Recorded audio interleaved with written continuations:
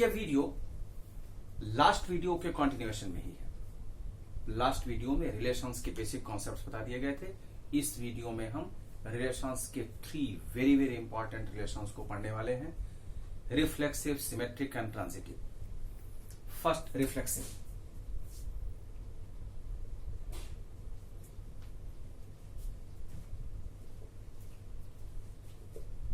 Reflexive कोई एक ऐसा रिलेशन जिसमें सभी pair of orders doublets form में हों और वो डबलेट्स फॉर्म ए सेट के जितने एलिमेंट्स हों सभी के डबलेट्स फॉर्म में अवेलेबल हो। समझने की कोशिश करें, एक बार फिर सुने। रिफ्लेक्सिव में ऐसा आप कोई रिलेशन क्रिएट करें जिसमें सेट ए के जितने एलिमेंट्स हैं सभी अपने डबलेट्स फॉर्म में अवेलेबल हों, वही रिफ्लेक्सिव होते हैं। अगर इसके डेफिनेशन में आप लिखें तो इसके लिखने का तरीका यह है, अगर एक कोई आप रिलेशन इस तरह से क्रिएट करें, a such that for every a belongs to b. मैंने क्या कहा, एक बार फिर सुने। ऐसा कोई रिलेशन जिसमें ए सेट के जितने एलिमेंट्स हैं वह सभी डबलेट्स फॉर्म में अवेलेबल हो, हम उसी को रिफ्लेक्सिव कहते हैं। ए देखें, दोनों डबलेट्स हैं, दोनों सेम है। फॉर एग्जांपल मान लें हमने ये लिखा 1 1 2 2 3 3 4 4। क्या इसे रिफ्लेक्सिव कह दिया जाए? बिल्कुल कहा जाए जी। सभी डबलेट्स फॉर्म में अवेलेबल है, बिल्कुल है, रिफ्लेक्सिव है। लेकिन अगर मैंने कोई एक रिलेशन ये क्रिएट किया 1 1 2 2 3 3, क्या इसे भी रिफ्लेक्सिव कहा जाए? नहीं जी। क्यों नहीं कहा जाए रिफ्लेक्सिव? जरा देखिए, मैंने क्या कहा कि ऐसा कोई रिलेशन जिसमें जितने डबलेट्स फॉर्म हो वह सभी उतने ही होने चाहिए जितने सेट में एलिमेंट्स हैं सभी डबलेट्स फॉर्म में अवेलेबल हो। अब ए सेट में देखें कितने एलिमेंट्स हैं, 1 2 3 4।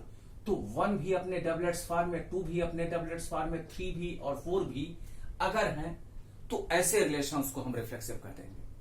लेकिन अगर हम इस रिलेशन को देखें तो इसमें 1 तो है, 2 तो है, 3 तो है, लेकिन 4 कहां है? तो क्या इसे रिफ्लेक्सिव कहा जाएगा? नहीं, इसे रिफ्लेक्सिव हम नहीं कहेंगे। फिर तुरंत कुछ स्टूडेंट्स क्लास क्वेश्चन रेज करते हैं, फिर ऐसा ही स्टेटमेंट तो हमने आइडेंटिटी में भी यूज किया था। क्या देखें तो यहां भी तो हम ए डबलेट्स फॉर्म में लिखते थे। फिर दोनों में क्या डिफरेंस है? क्या आइडेंटिटी रिलेशन ही रिफ्लेक्सिव है? नहीं। क्या डिफरेंस है दोनों में? इस आइडेंटिटी रिलेशन में और रिफ्लेक्सिव में डिफरेंस यह है इस वर्ड का, फॉर एवरी। एवरी की मीनिंग ए सेट में जितने एलिमेंट्स हैं उन सभी के डबलेट्स फॉर्म अवेलेबल होने चाहिए। लेकिन आइडेंटिटी में ऐसा नहीं है। आइडेंटिटी में जितने हो वह सभी डबलेट्स फॉर्म में अवेलेबल होने चाहिए। माइनर डिफरेंस है, क्लियर करें। क्या कहा आइडेंटिटी में मैंने? जितने हो वह सभी डबलेट्स फॉर्म में अवेलेबल। और रिफ्लेक्सिव में क्या है? ए सेट में जितने एलिमेंट्स हैं वो सभी डबलेट्स फॉर्म में अवेलेबल हो।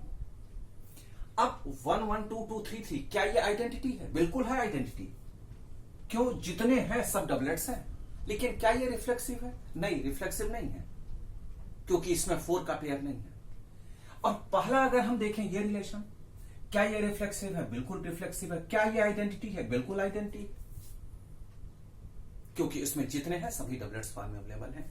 अगर एक इस रिलेशन को एग्जांपल में लिया जाए 1 1 2 2 3 3 4 4 1 2, क्या ये रिफ्लेक्सिव है? बिल्कुल रिफ्लेक्सिव है जी। क्यों?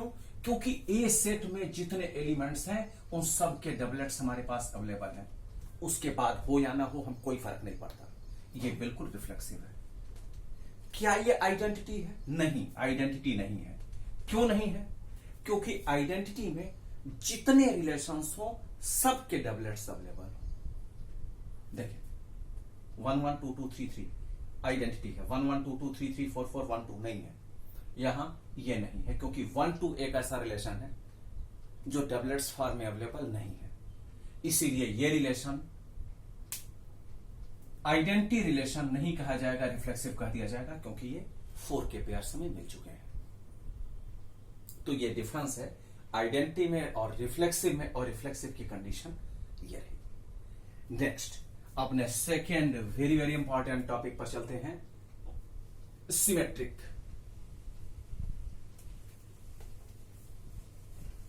मैंने आइडेंटिटी इसलिए छोड़ दिया था क्योंकि मुझे आपको कंपेयर करके बताना था कि आइडेंटिटी और रिफ्लेक्सिव में डिफरेंस क्या है। नेक्स्ट चलते हैं सिमेट्रिक।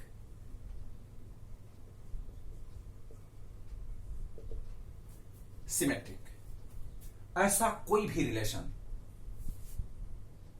जिसमें जो पेयर ऑफ ऑर्डर्स बने उसके उल्टे भी अवेलेबल हो।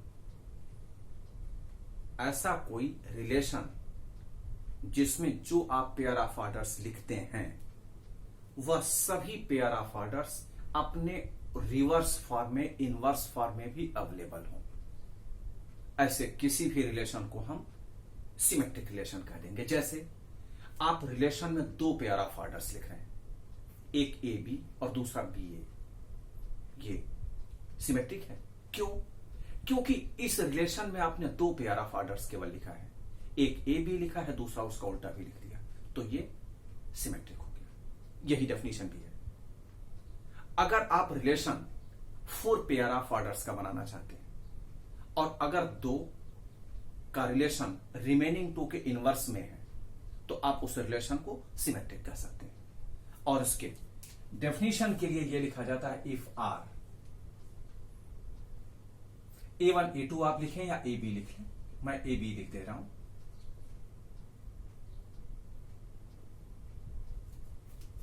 AB अगर बिलोंग्स टू कोई एक रिलेशन क्रिएट कर रहा है, इंप्लाइज दैट BA भी उस रिलेशन को रिप्रेजेंट कर रहे हैं। For all A belongs to A and B belongs to A।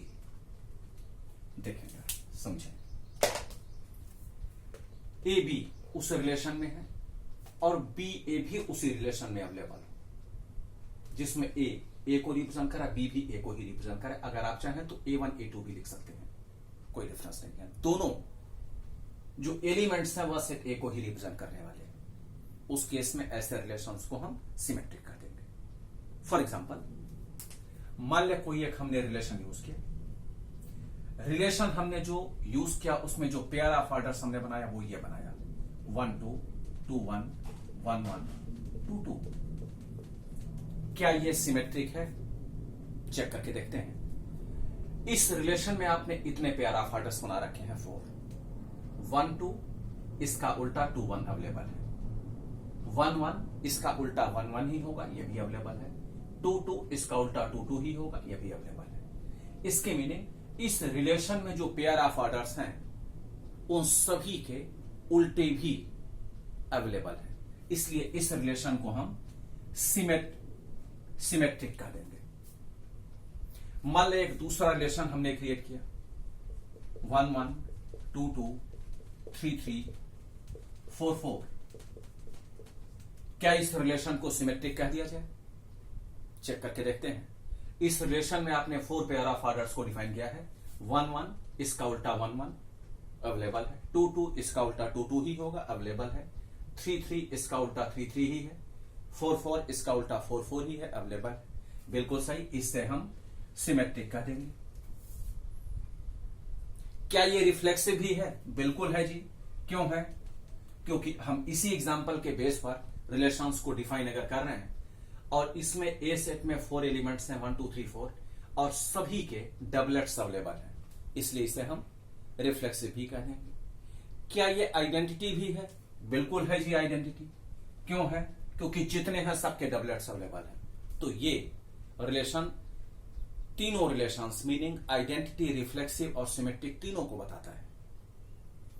एक दूसरा एग्जांपल, 1 1 2 2 3 3 4 4 1 2 2 1। इसे देखकर बताएं क्या ये सिमेट्रिक है?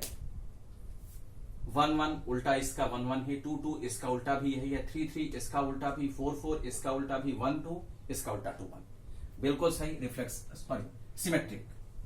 सिमेट्रिक क्या ये रिफ्लेक्सिव भी है? अब रिफ्लेक्सिव चेक करने के लिए क्या होगा, जो ए सेट में एलिमेंट्स हैं 1 2 3 4 इनके ही डबलेट्स होने चाहिए। ध्यान दें, अगर हमने एक कोई सेट क्रिएट किया होता 1 2 3 4 5 का, तो 1 2 3 4 5 के डबलेट्स अवेलेबल होने चाहिए होते किसमें, रिफ्लेक्सिव में। यहां क्योंकि 1 2 3 4 है तो हम केवल इन्हीं 4 के डबलेट्स को लेंगे। 1 का पेयर, 2 का पेयर, 3 का पेयर, 4 का पेयर, ये सबके डबलेट्स अवेलेबल है। आगे हो या ना हो कोई फर्क नहीं पड़ता, क्योंकि जितनी जरूरत थी वो है हमारे पास। बिल्कुल सही, रिफ्लेक्सिव है ये। क्या ये आइडेंटिटी भी है? नहीं, आइडेंटिटी नहीं है। क्यों नहीं है? क्योंकि 2 पेयर्स ऐसे हैं जिनके डबलेट्स अवेलेबल नहीं है। तो ये हमने आपको कंपेयर करके बता दिया कि कौन क्या है। अगर एक कोई और एग्जांपल हम लेते हैं 1 1 3 3 1 3, क्या इसे हम सिमेट्रिक कह सकते हैं? चेक कर लेते हैं। 1 1 उल्टा ठीक है, 3 3 इसका उल्टा भी अवेलेबल है, 1 3 इसका उल्टा तो कहीं 3 1 नहीं है, तो इसे हम सिमेट्रिक नहीं कहेंगे। क्या इसे रिफ्लेक्सिव कहा जाए? रिफ्लेक्सिव के लिए क्या कंडीशन है? 1 2 3 4 के डबलेट्स होने चाहिए। जी, रिफ्लेक्सिव भी नहीं है। क्या ये आइडेंटिटी है? आइडेंटिटी भी नहीं है। तो इस डेफिनेशन के बेस पर आप इजीली सिमेट्रिक को डिफाइन कर सकते हैं और डिफरेंस भी बता सकते हैं कि ये रिफ्लेक्सिव से डिफर कैसे है। Next, transitive.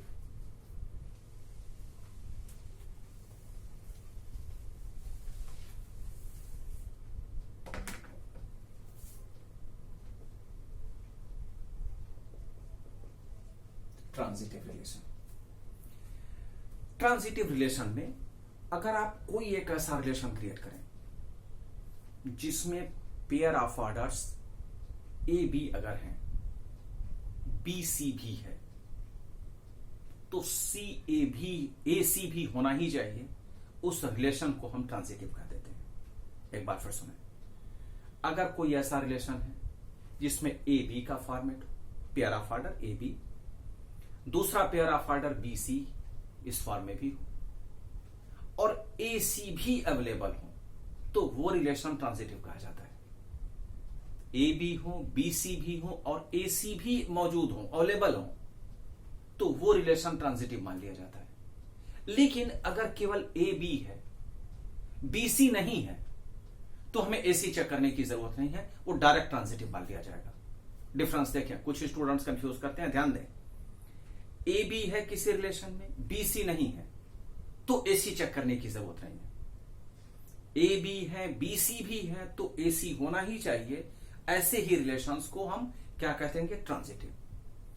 देखें क्या है इसके डेफिनेशन में रिलेशंस लिखने का तरीका। अगर ए बी कोई एक रिलेशन को रिप्रेजेंट करता है एंड बी सी भी किसी रिलेशन को रिप्रेजेंट करता है, तो ये इंप्लाइज दैट का साइन है। तो ये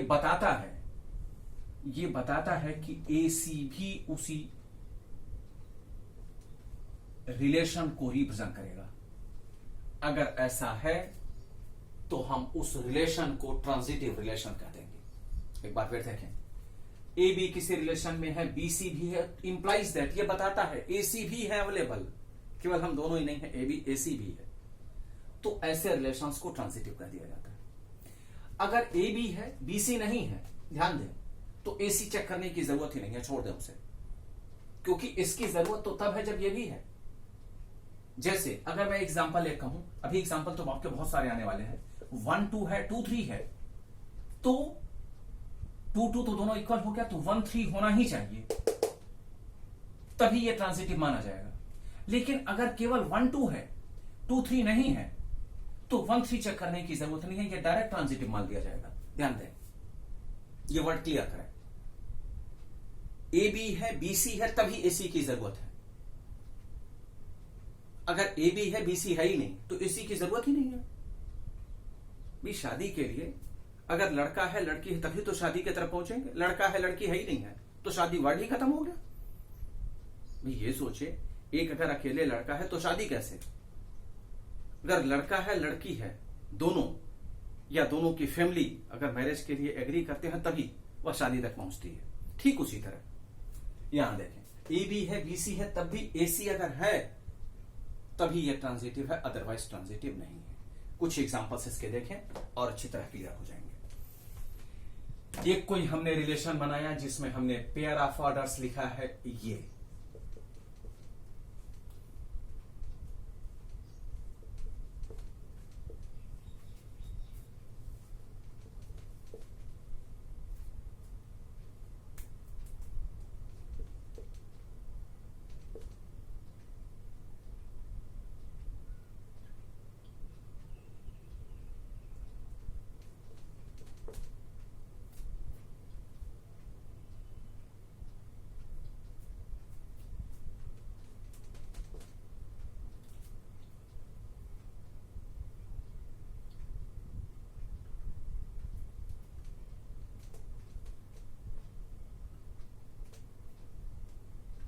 चलिए इसी पर भी डिफाइन हो जाएगा। देखते हैं, सारे सभी पेयर ऑफ ऑर्डर्स को हम इससे सेटिस्फाई कराएंगे। ध्यान रहे, जितने आप रिलेशंस में पेयर ऑफ ऑर्डर्स लिख रहे हैं सभी पेयर ऑफ ऑर्डर्स डिफाइन होंगे। देखते हैं, 1 2 है। अब फर्स्ट पेयर ऑफ ऑर्डर का जो लास्ट है वह स्टार्ट होना चाहिए। 1 2 है, 2 3 है, तो 1 3 होना ही चाहिए है। चलिए एक पेयर कंप्लीट है। 2 3 है, अब 3 से स्टार्ट होने वाला दूसरा चक्कर है। 3 1 है तो 2 1 होना ही चाहिए। 2 1 यहां अवेलेबल है, ये भी कंप्लीट है। 1 3 है, 3 1 है तो 1 1 होना ही चाहिए, ये भी कंप्लीट है। आगे चलते हैं, 3 1 है, 3 1, अब 1 से स्टार्ट होने वाला कोई और है 1 2, तो अगला क्या होना चाहिए 3 1 1 2, तो 3 2 होना चाहिए। क्या 3 2 अवेलेबल है? नहीं है, ये ट्रांजिटिव नहीं है। हर एक पेयर ऑफ ऑर्डर्स को आप इसी स्टेटमेंट के अकॉर्डिंगली वेरीफाई करेंगे जो स्टेटमेंट मैंने आपको बताया है। एक बार फिर देखें, मान लें कोई एक रिलेशन हमने बनाया,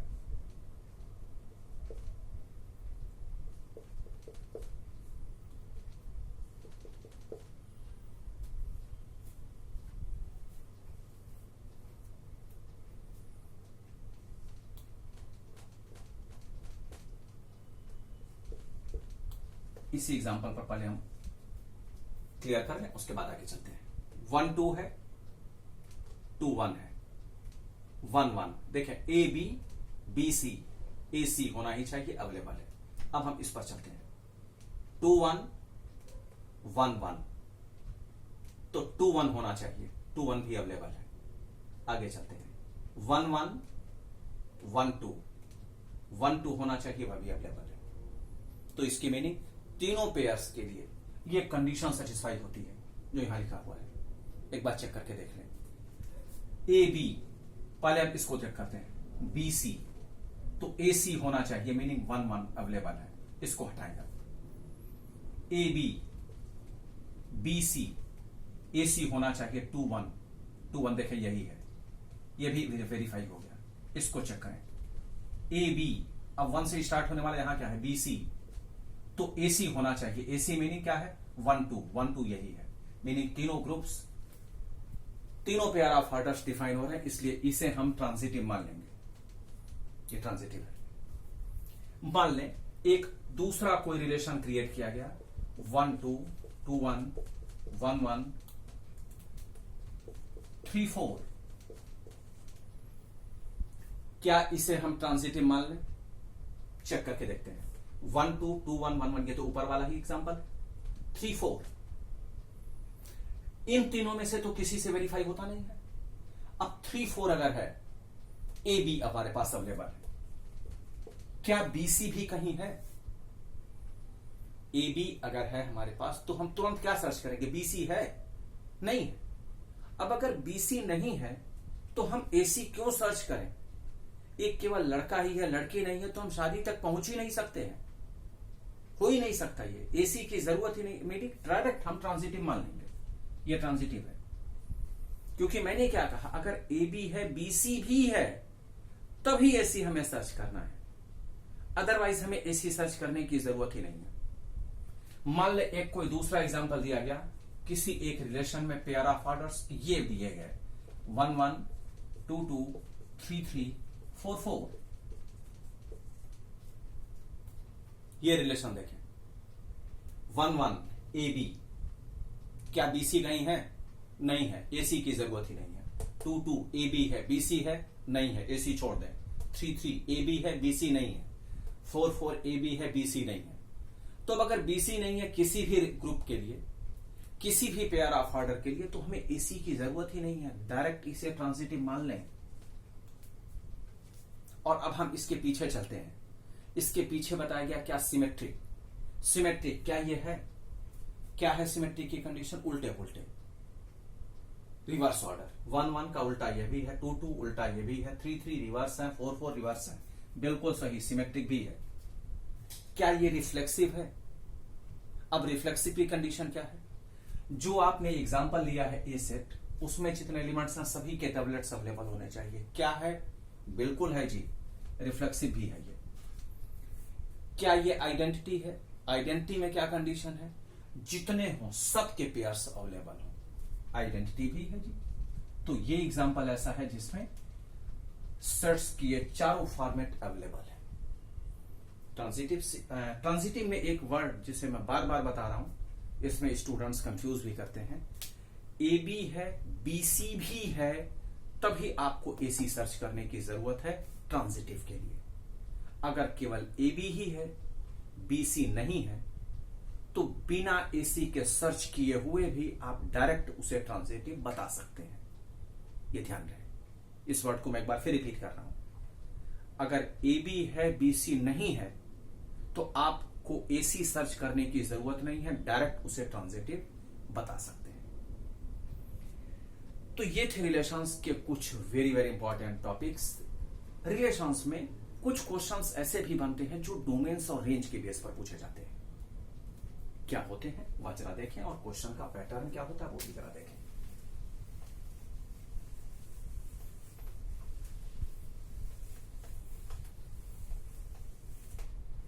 अच्छा, ये तो आपको पहले से ही बता दिया गया है कि जो भी हम रिलेशन में पेयर ऑफ ऑर्डर्स लिखते हैं, जैसे किसी एक रिलेशन में हमने लिखा है 1 2 3 4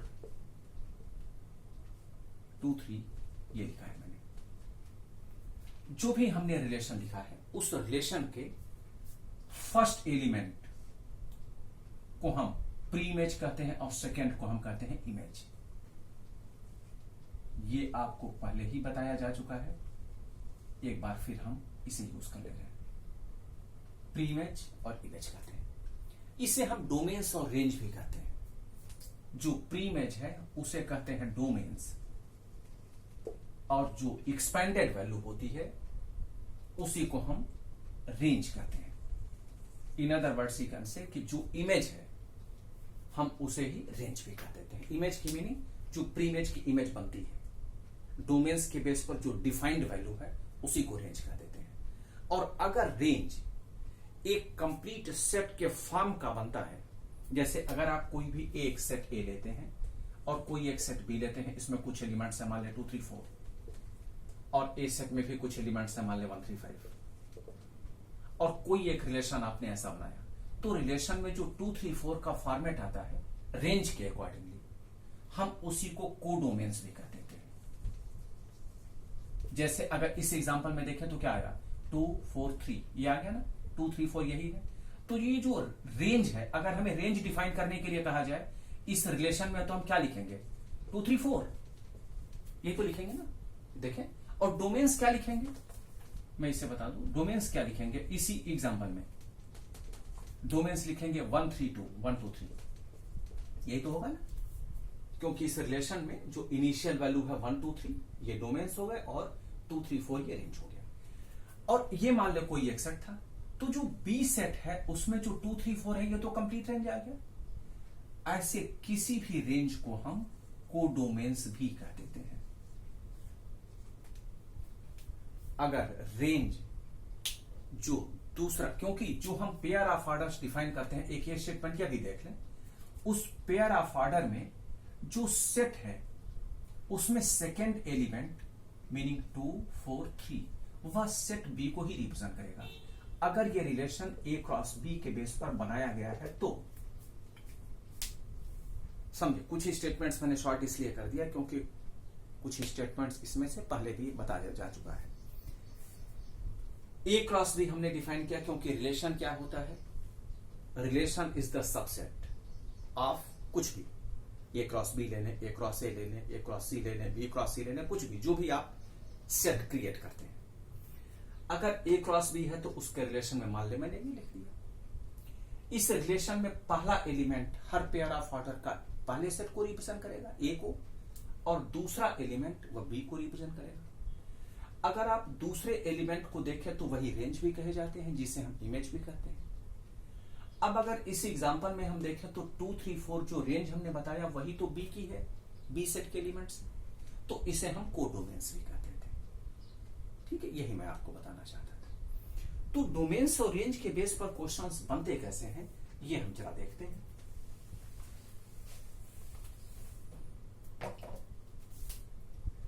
मान ले कोई एक फंक्शन डिफाइन किया गया है, डोमेन्स एंड रेंज। मान ले कोई एक फंक्शन डिफाइन किया गया, if fx such that a tends to b and fx equals to 2x square 2x minus 1 and a equals to 1 2 3 find range question mark. अब जरा देखें, function a tends to b, इसकी meaning क्या है, a क्या है, domains है, b क्या है, रेंज है। इसकी मीनिंग क्या होती है, इस फंक्शन के अकॉर्डिंगली डोमेन्स के बेस पर जो एक्सपेंडेड वैल्यू होगी उसी को रेंज कर देंगे। क्योंकि a की वैल्यू हमें दी गई है, a की मीनिंग हमें डोमेन्स दिया गया है, रेंज हमसे पूछा गया, रेंज की meaning expanded value. Expanded value किसके अकॉर्डिंगली, इस फंक्शन के अकॉर्डिंगली जो दिया गया।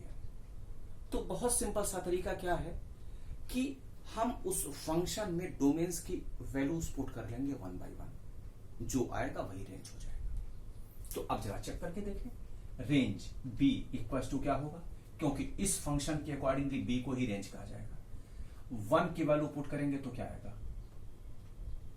1, 2 की वैल्यू पुट करेंगे तो 2 2 4 minus 1 3, 3 पुट करेंगे तो 3 2 6 minus 1, दिस इज रेंज हो गया।